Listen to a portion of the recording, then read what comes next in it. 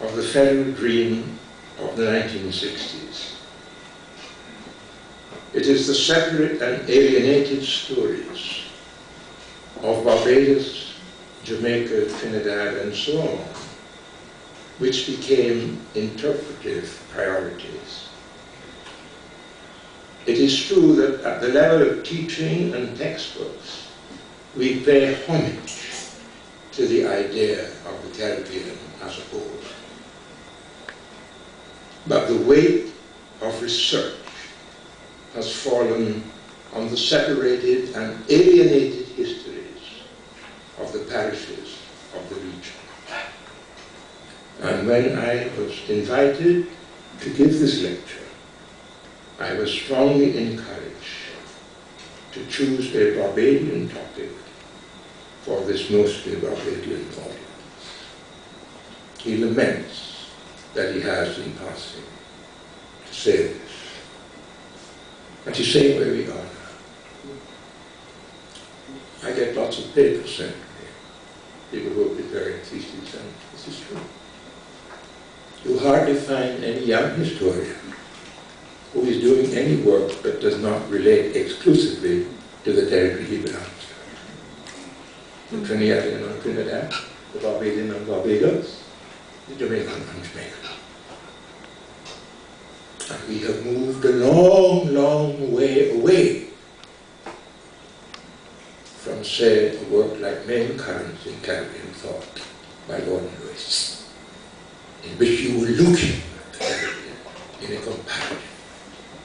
You were not looking at this little Jamaica and then this little Barbados.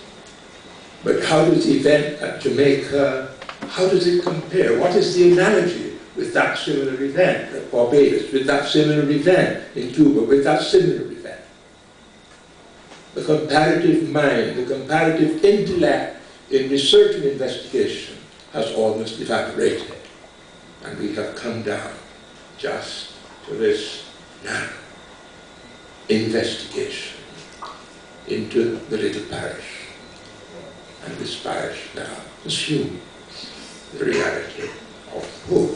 And this is the extraordinary contradiction, that while we are tied up with the little parish, when we begin to perform, we do not use the adjective of the little parish.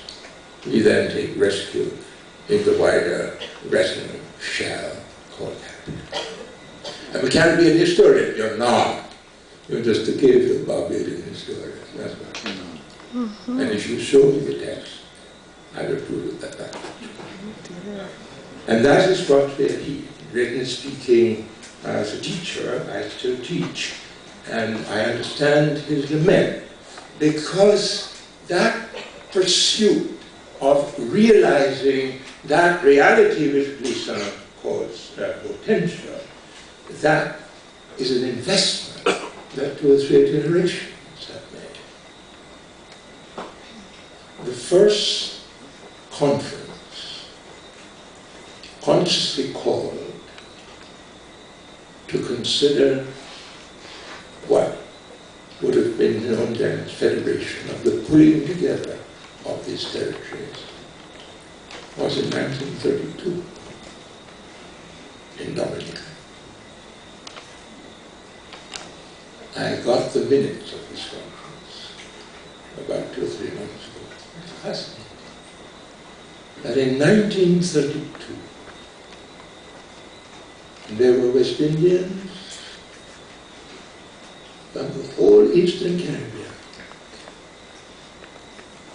And you know what they were asking for?